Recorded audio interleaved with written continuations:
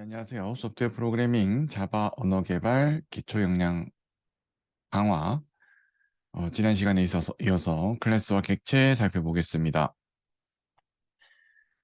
우선 이 텔레비전이라는 이 클래스를 작성하고 그에 맞춰서 객체를 생성해 보도록 하겠습니다. 지난 실습은 클래스를 만들고 객체를 하나만 만들었는데 이제 이 두 개 이상의 객체를 만들어서 각 객체별로 어떤 형태로 활용되는지 한번 보도록 하겠습니다.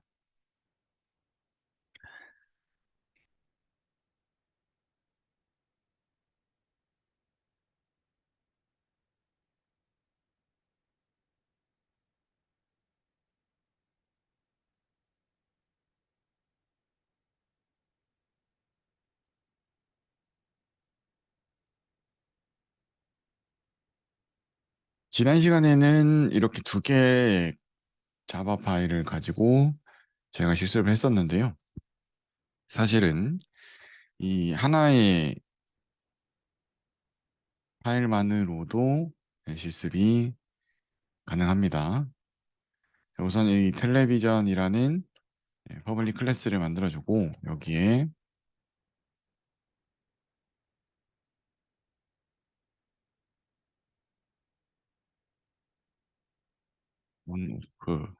이렇게 이 퍼블릭 클래스에 변수 속성 값들을 넣어주고 이 퍼블릭 클래스의 메인에서 바로 텔레비전에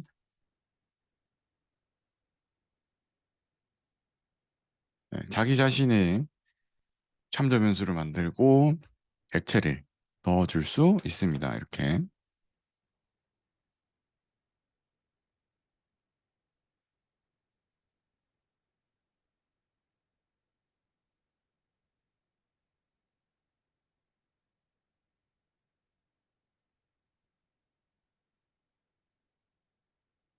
이렇게 하나 myTV 만들어주고 하나는 yourTV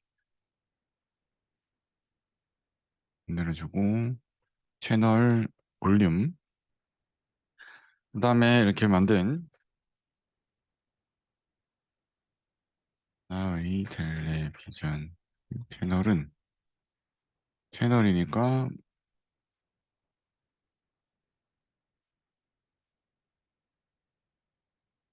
채널 여기 그리고 볼륨은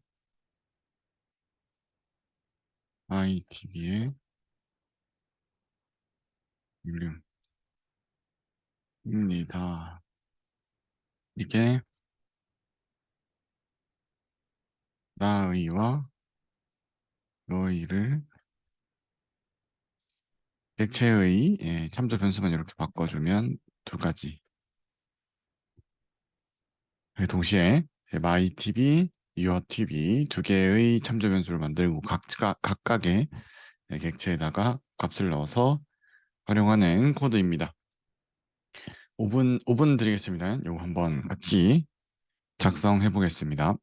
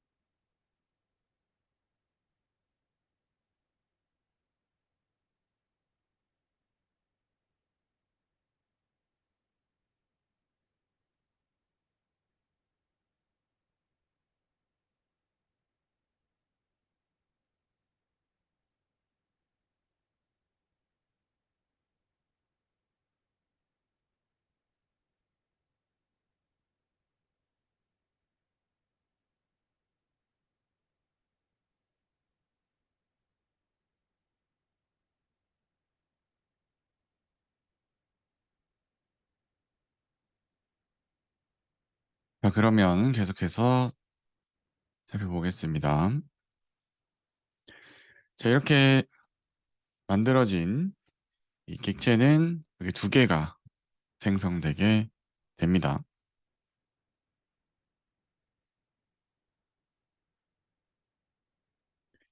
이렇게 myTV에 해당하는 객체 하나, 유어TV에 해당하는 객체 하나, 이 각 객체의 속성값은 7, 9, 9, 12 이렇게 다른 값을 가지는 객체, 그리고 이름도 각자의 이름이 myTV, 유어TV 이렇게 총 두 개의 객체와 두 개의 참저 변수를 만들어 봤고요. 우리가 만들 프로그램들은 이보다 더 복잡하게 다양한 종류의 클래스, 더 많은 객체들이 존재하게 될 겁니다.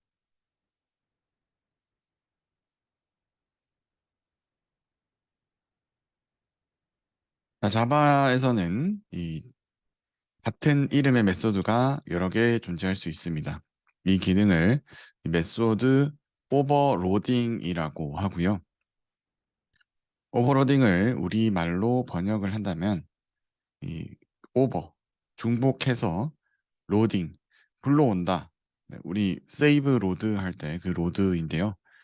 불러올 때 중복돼서 불러올 수 있게 하는 것은 이 이름을 중복해서 불러올 수 있는 파일을 우리가 읽어올 때 로드라고 하잖아요. 그래서 똑같은 이름의 파일, 똑같은 이름의 함수가 여러 개 있을 수 있는 걸 오버로딩이라고 합니다.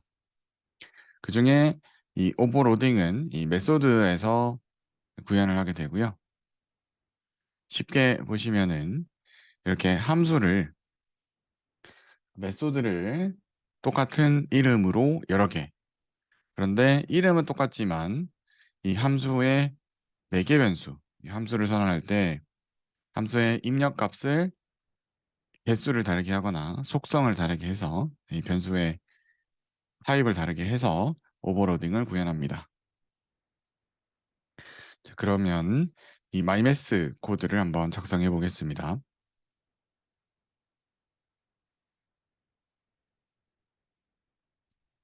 일단 이름도 바꿔주고요. 이번에는 오버로딩만을 위해서 하기 때문에 메소드만 넣어주겠습니다.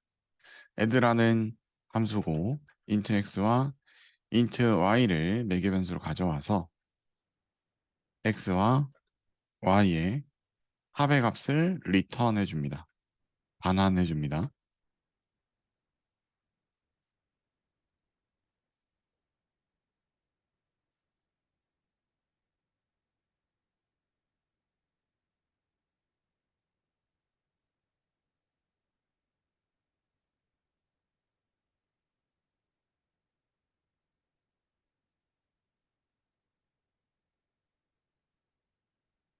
이렇게 마이메스를 만들어주면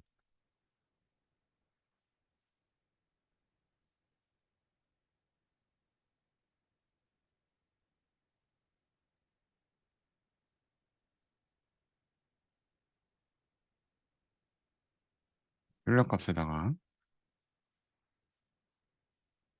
obj의 add 보시면은 이렇게 세 개의 함수가 메소드가 보이는 것을 확인할 수 있습니다.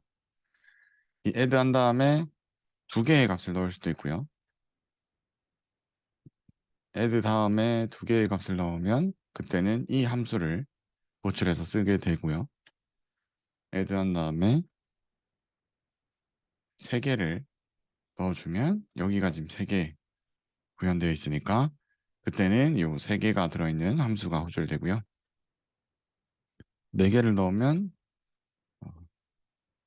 네 개가 구현되어 있는 이 함수가 호출되면서 각 호출마다 다른 함수가 불리면서 기능은 결국 x 더하기 y 여기는 x 더하기 y g까지 그다음에 x, y, g, w까지 다 더해서 반환해주는 함수를 만들어 볼 수 있습니다.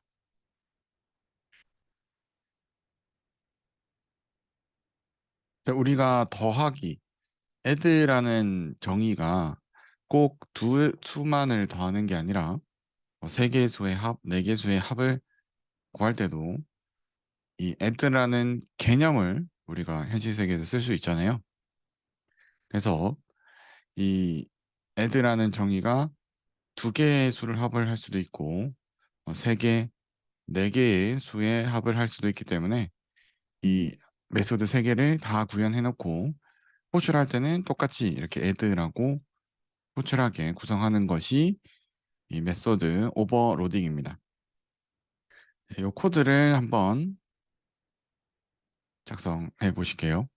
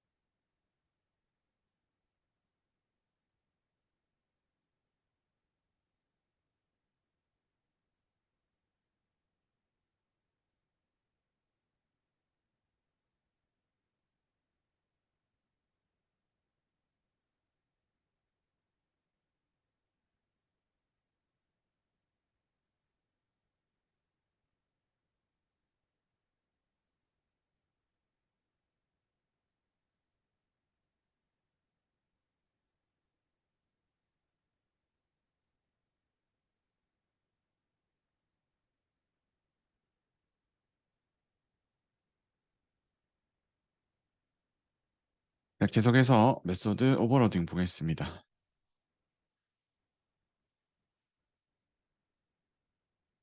자, 이렇게 우리가 add 10, 20, add 10, 20, 30,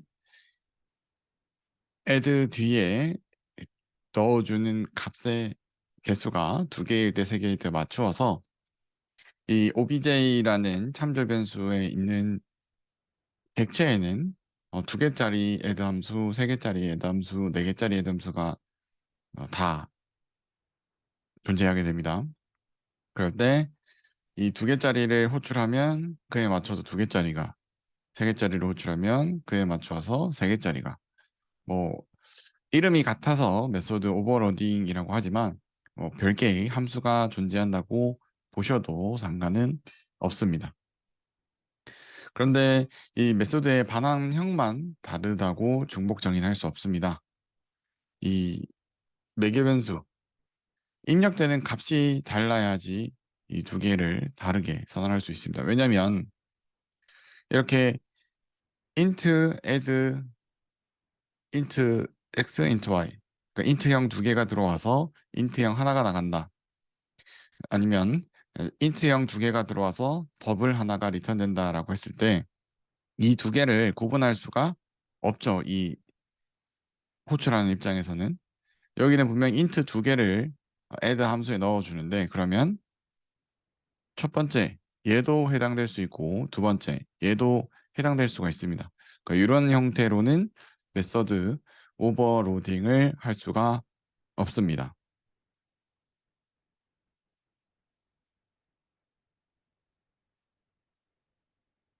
그렇게 메소드 오버로딩을 간단하게 살펴봤고요.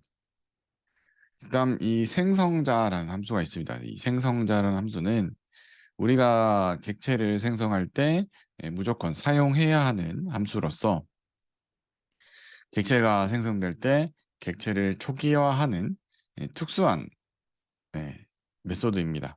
우리가 방금 만든 add와 같은 일반적인 메소드가 아니라 어, 되게 특수한 기능을 하는 이 메소드로서 우리가 자동차를 예를 들어 주문을 한다라고 했을 때 우리는 자동차 주문하면 기본적으로 색상이랑 자동차에 들어가는 옵션들을 정해서 출고를 하죠.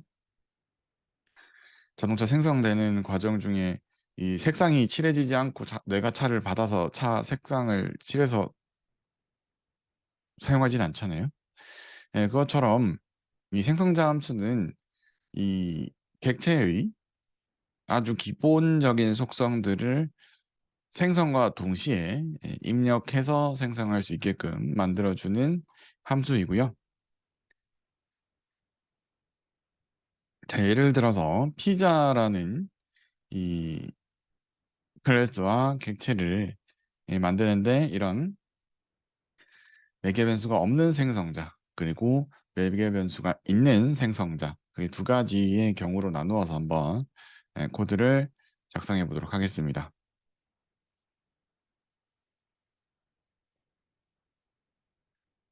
네, 피자를 우리가 뭐 주문할 때 생각해 보면 피자의 속성, 피자의 사이즈, 그다음에 피자의 타입, 뭐 페페, 페페로니 피자다, 포테이토 피자다, 뭐 이런 피자의 타입이 있죠. 자, 그런데 이 피자를 아무런 옵션을 주지 않고 그냥 피자 주세요라고 했을 때는 아무런 옵션을 주지 않으면 사이즈는 12, 옵션은 타입은 슈퍼 스프링으로 준다라고 하는 겁니다. 이렇게 되면 우리가 이때까지는 객체를 만들었을 때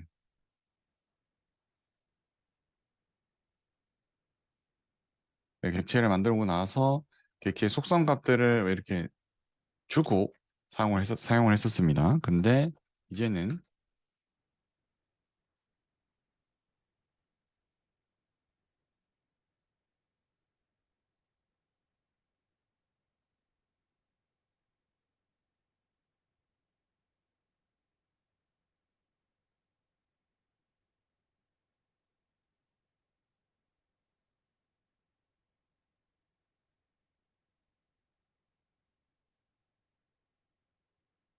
이렇게 저는 타입이랑 사이즈를 아무것도 안 줬습니다.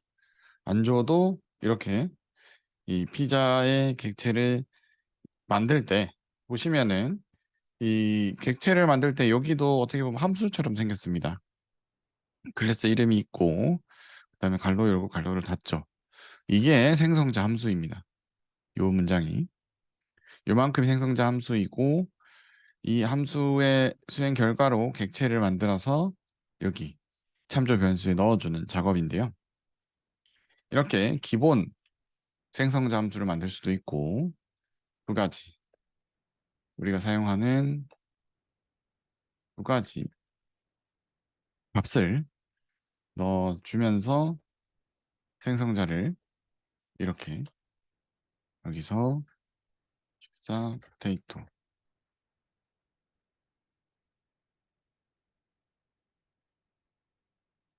이렇게 생성자 함수를 매개 변수로 받아서요. int 숫자 하나 받겠다.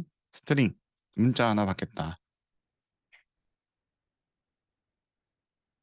그렇게 입력받은 두 개의 s와 t를 사이즈와 타입에다가 넣어주면 이렇게 생성을 하자마자 원래는 이 작업을 하려면 예, 점 사이즈는 24다. 점 타입은 포테이토다. 이렇게 만들어 줬어야 되는데요. 이런 작업 없이 바로 생성과 동시에 값을 입력해서 이렇게 만들어 줄 수 있습니다. 자, 이 코드도 한번 지금 입력해 보실게요.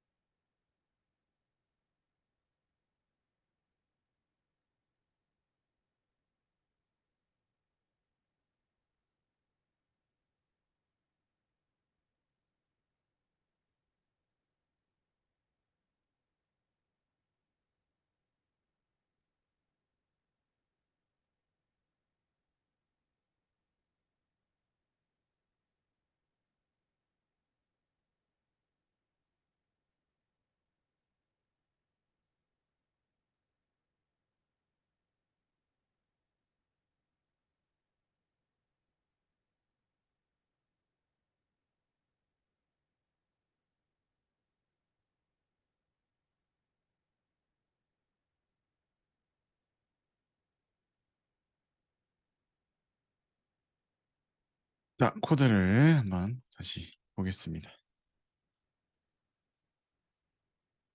자, 이렇게 피자라는 객체를 만들 때 이 피자 클래스에 있는 이 생성자 함수, 이 생성자 함수가 자동으로 호출되어서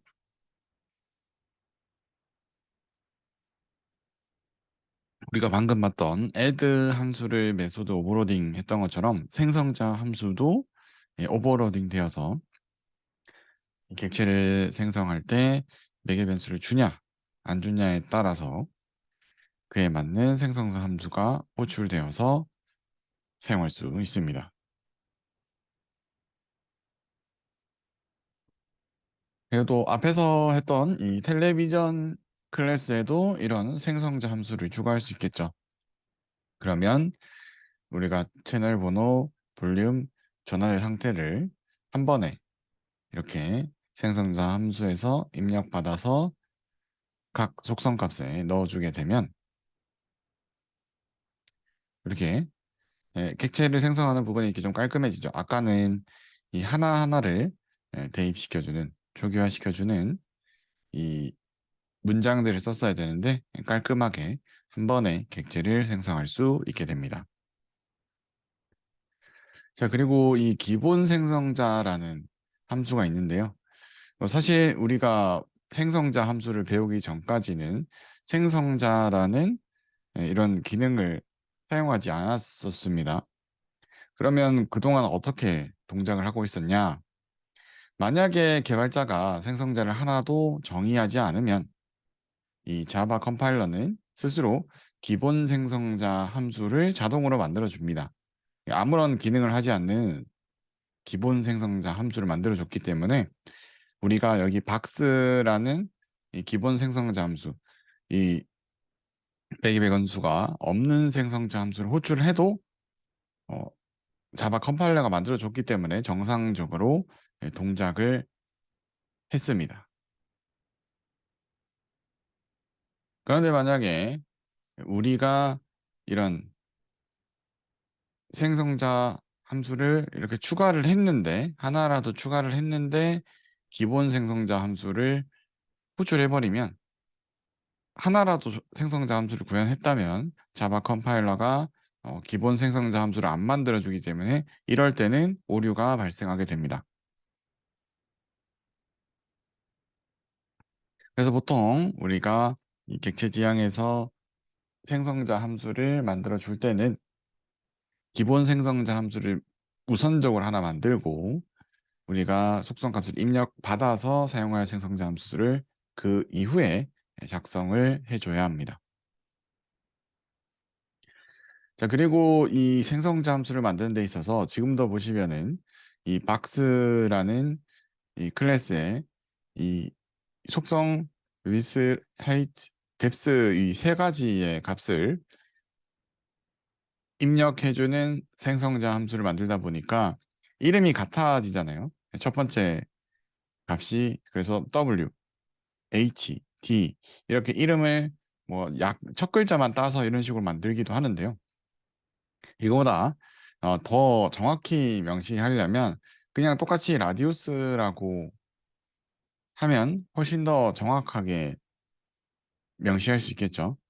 그런데 여기에서 이 생성자 함수의 매개 변수에서 라디우스라고 하면 이 내부에서는 이 라디우스가 이 서클이라는 클래스의 속성 라디우스인지 아니면 이 함수의 이 생성자 함수로 들어온 요 매개 변수의 라디우스인지가 혼동됩니다. 그럼 여기 색깔을 보시면 이 내부에 있는 클래스 내부의 속성 값은 파란색, 이 생성자 함수의 입력 값으로 들어온 라디우스는 보라색으로 보이고 있습니다. 그럴 때 여기서 이 라디우스라고 호출을 하게 되면 기본적으로 가까운 범위에서 이 선언한 변수로 가게 됩니다. 그래서 라디우스라고 그냥 라디우스라고 하면 이 생성자 함수의 매개 변수가 되고요. 우리가 사용하는 이 서클이라는 클래스의 속성을 호출할 때는 디스점이라고 하고 이 라디우스로 호출하면 이 서클의 속성인 라디우스를 이렇게 호출할 수 있습니다. 그래서 이 디스라는 참조 변수를 활용해서 내 속성값, 내 필드 값과 이 매개 변수의 이름을 똑같이 만들어 놓고 디스를 호출했을 때와 호출하지 않았을 때 이렇게 두 개의 경우로 정확히 명시하면서 만들어줄 수 있습니다. 그럼 이제 라디우스가 라디우스에 저장되는 거니까 좀 간단하죠. 나중에 이 코드를 누군가 읽었을 때 그냥 R이라고 하면 이게 라디우스인지 뭐 R이 어떤 뜻인지 모르는데 이렇게 풀네임을 쓰게 되면 정확히 이 뜻을 인지하기 좋고요. 그다음에 디스를 또 다른 방법으로도 쓸 수 있는데요. 디스를 생성자 함수 호출하는 데도 쓰일 수도 있습니다. 아까 앞에서 우리가 생성자 함수를 하나라도 구현을 하면 기본 생성자 함수를 호출하지 않는다라고 했는데요. 컴파일러가 만들어주지 않는데 그래서 이렇게 우리가 라디우스를 입력받는 생성자 함수를 만들면 기본 생성자 함수가 없어지는데 이 기본 생성자 함수 내부에서 이렇게 매개변수 하나가 있는 생성자 함수를 이렇게 불러서 사용할 수 있습니다. 그래서 디스라고 하면 디스가 내가 서클이니까요. 이 서클 갈로 열고 0에 해당하는 이 매개변수가 하나 있는 생성자 함수를 호출해서 이 내 객체의 값을 초기화해주는 역할을 합니다. 그렇게 하면 어, 매개변수가 없는 기본 생성자 함수를 만들 때 좀 편하게 만들어줄 수 있겠죠. 자, 이렇게 이 생성자 함수까지를 봤고요. 우리가 앞에 사용하고 있었던 이 퍼블릭, 프라이빗 그리고 생략했을 때는 이 패키지라는 이 접근 제어를 사용하고 있는데요. 이 접근 제어에 대해서 한번 살펴보도록 하겠습니다. 이 액세스 컨트롤 접근 제어라는 것은 우리가 이 캡슐화라는 특성에서 사용되는 건데요. 클래스의 멤버 앞에 이 멤버를 누군가가 이 클래스의 필드와 클래스의 메소드를 누가 사용할 수 있는지에 대해서 이 접근을 제한하는 것이 이 접근 제어인데요. 보통은 퍼블릭이나 프라이빗 접근 지정자를 멤버 앞에 붙여서 접근을 제한하게 됩니다. 이 퍼블릭 같은 경우는 이 외부에서도 접근할 수 있게 되고요. 이 클래스와 전혀 상관없는 클래스도 접근할 수 있는 게 퍼블릭, 공공의. 그 다음에 이 패키지, 우리가 접근 지정자를 생략하게 되면 설정되는 패키지라는 이 접근 지정자는 동일한 패키지 안에서 접근이 가능하고요. 그 다음에 프라이빗이라고 하면 프라이빗은 내 클래스 내부에서만 다른 클래스는 나의 필드, 나의 메서드에 접근이 불가능하게 만들어주게 됩니다. 그래서 그걸 그림으로 그려보면, 표로 그려보면은 동일한 클래스에서는 다 가능하고요. 그다음에 동일한 패키지에서는 이 아무것도 쓰지 않은 패키지까지 가능하고요. 그다음에 한 가지 더 있는데 이 프로텍티드라는 접근 지정자는 우리 상속이라는 개념을 배우게 되면 이 부모 클래스와 자식 클래스가 나오는데 프로텍티드는 자식 클래스들은 사용할 수 있습니다. 그리고 전혀 상관없는 클래스들은 퍼블릭일 때만 사용 가능하고 이 나머지 접근 지정자는 전혀 상관없는 클래스는 사용할 수가 없습니다. 자, 그럼 예제로 이 클래스를 만들고 이 클래스를 한번 사용해 보겠습니다. 자, 우리가 퍼블릭 클래스로 이 테스트라는 클래스를 하나 만들어주고요. 그 다음에 테스트용의 클래스 A. 여기서 하나는 프라이빗, 하나는 그냥, 하나는 퍼블릭으로 만들어 주겠습니다. 그 다음에 A 오브젝트 new A.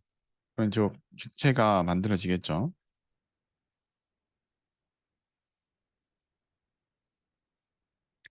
만들어지고 나면 여기 B네요. B 오브젝트의 A.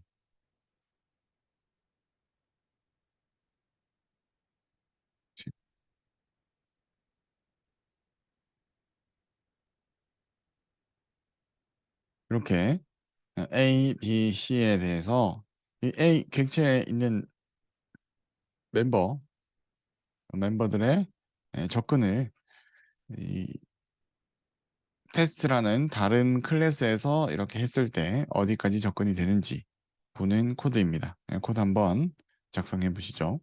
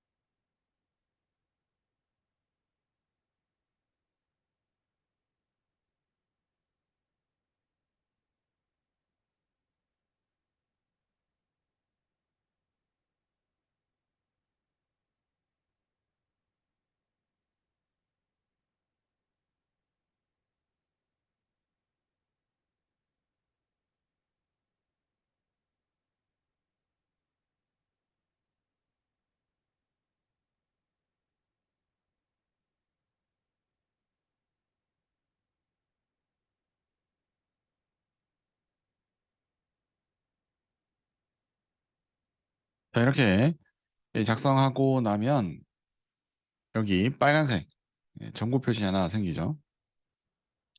그러면 여기 전구 표시에서 추천하는 두 가지 방법이 있습니다. 하나는 Change Visibility of A, A의 비지빌리티를 접근 지정자를 패키지로 바꿔라.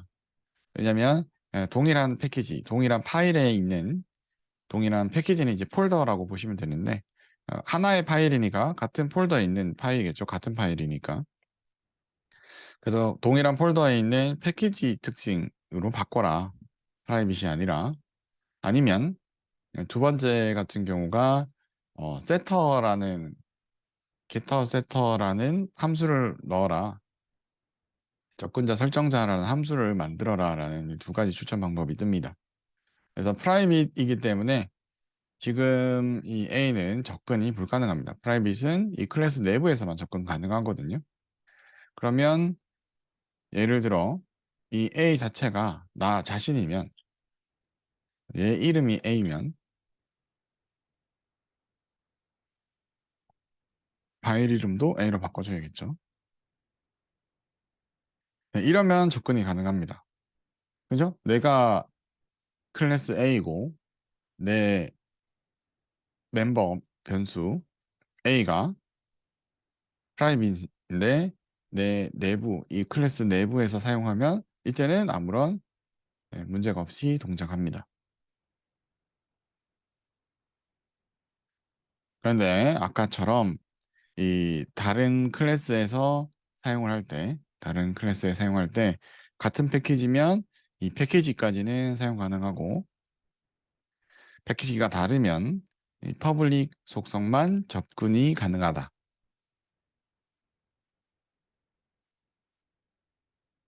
이걸 다양한 객체들끼리 인터페이스를 해야 되는데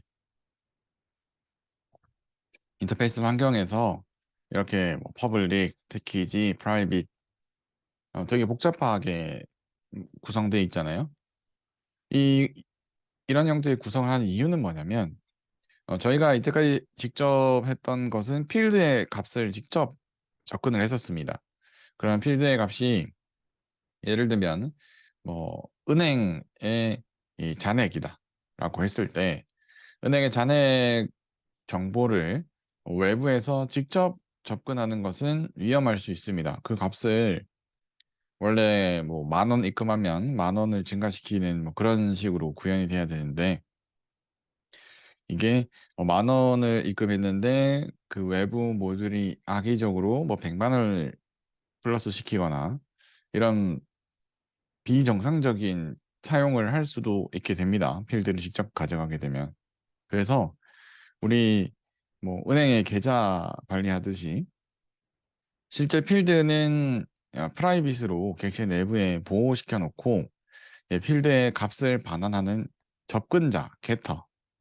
그러니까 필드의 현재 값을 알고 싶다라고 하면 그 값을 알려주는 겁니다. 필드를 주는 게 아니라요. 그러니까 우리가 내 통장의 잔고를 확인하고 싶습니다라고 했을 때 이 내 통장에 해당하는 객체를 그대로 주는 게 아니라 통장의 현재 객체 정보를 사진을 찍어서 저한테 주는 거죠. 그럼 저는 그걸 받아도 뭐 제가 조작을 해서 제 통장의 잔액이 바뀌지 않으니까요. 그 현재의 필드 값만 알려주는 getter라는 함수와 그다음에 필드의 값을 설정할 수 있는 setter, 설정자.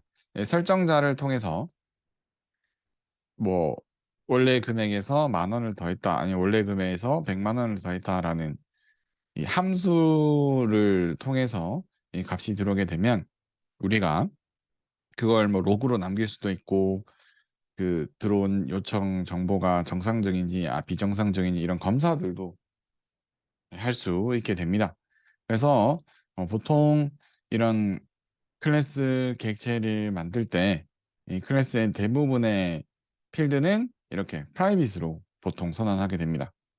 그래서 내부는 전부 다 프라이빗으로 선언하고 이 내부의 필드 값을 접근할 수 있는 설정자와 접근자들을 이렇게 get name, set name, get balance, set balance 이렇게 이 메서드로 만들어서 접근할 수 있게끔 만들어주게 됩니다. 그러면 외부에 있는 이런 다른 클래스에서는 set name, set balance 그리고 필요하면 get name, get balance로 불러와서 네, 필드의 값들을 설정하고 접근할 수 있습니다. 이 접근자 설정자를 사용하는 이유는 나중에 클래스를 업그레이드 할 때 클래스의 어떤 특징들을 조금 변화시킬 때 좋게 되는데요. 예를 들면 age 같은 경우 set age, 내 나이 정보 같은 걸 관리하고 있는 상황에서 유저가 실수로 age에다가 마이너스 값을 넣었다라고 하면 age에는 실제로 마이너스 값을 뭐 저장할 수가 없잖아요. 그러면 유저가 실수했구나라고 해서 만약에 입력값이 age가 0보다 작으면 age는 0으로 설정한다. 아니고 0보다 큰 값이 들어왔다면 그 값을 내 필드에 저장해 준다. 이런 형태의 이 예외 처리들을 구현할 수 있어서 접근자와 설정자를 만들어서 객체를 활용하게 됩니다. 이 기능은 뭐 다른 객체 지향에서도 마찬가지로 사용하는 특징이고요. 자, 오늘은 여기까지 생성자, 접근자까지 살펴봤습니다. 그럼 오늘 수업은 여기까지 하겠습니다. 수고하셨습니다.